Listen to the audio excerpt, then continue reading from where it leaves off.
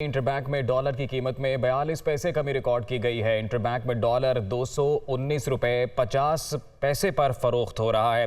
Interbank में dollar की कीमत से मुतल्लिक आपको बताएं तो कीमत में 42 पैसे कमी रिकॉर्ड की गई है और इंटरबैंक में डॉलर 219 रुपए 50 पैसे पर फरोख्त हो रहा है। डॉलर के मुकाबले रुपए की कदर मुस्तहकम हो रही है। इंटरबैंक में डॉलर की कीमत में 42 पैसे कमी रिकॉर्ड की गई, जिसके बाद इंटरबैंक में डॉलर 219 रुपए 50 पैसे पर फरोख्त हो रहा है।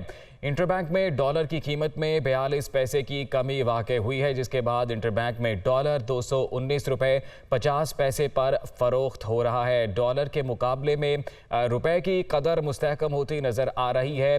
पाकिस्तानी रुपया अच्छा परफॉर्म कर रहा है डॉलर के मुकाबले में और इंटरबैंक में डॉलर की कीमत में 42 पैसे की कमी रिकॉर्ड की गई है।